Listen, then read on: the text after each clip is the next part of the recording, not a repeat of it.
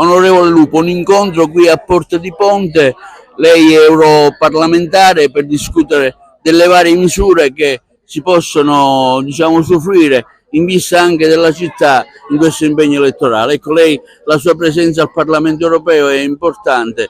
Come può un comune, diciamo, finanziarsi con questi fondi? Bisogna accorciare le distanze tra i nostri comuni e l'Europa.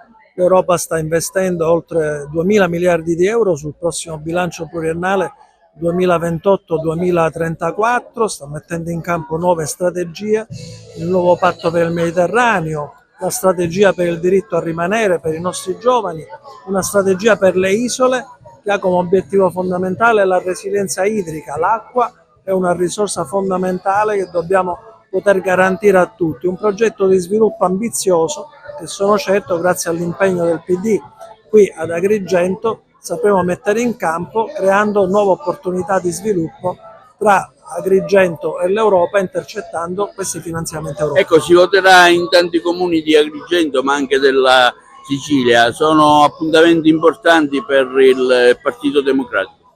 Certamente sì, si vota in molti comuni della Sicilia, si vota anche a Messina, a Marsala, si vota in alcuni comuni anche della nostra provincia di Agrigento, sono già stato a Raffadali, adesso andrò a Cammarata. Ecco, penso sarà una straordinaria occasione per cambiare, attraverso la democrazia, la partecipazione dei cittadini al voto, abbiamo la straordinaria occasione di affidare queste nostre comunità locali agli amministratori migliori, e il PD ha messo in campo una bella squadra. Ecco, il futuro del PD, c'è sempre un dibattito molto acceso all'interno fra le due anime, quella della Sene e di Bonaccini, insomma, che futuro si ci aspetta, anche perché loro sono stati molto critici anche verso l'attuale governo.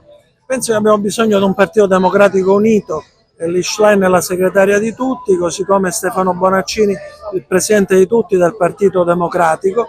Dobbiamo compattare il partito e lavorare bene con una coalizione forte per battere le destre, solo così possiamo dare un futuro migliore alla Sicilia e all'Italia.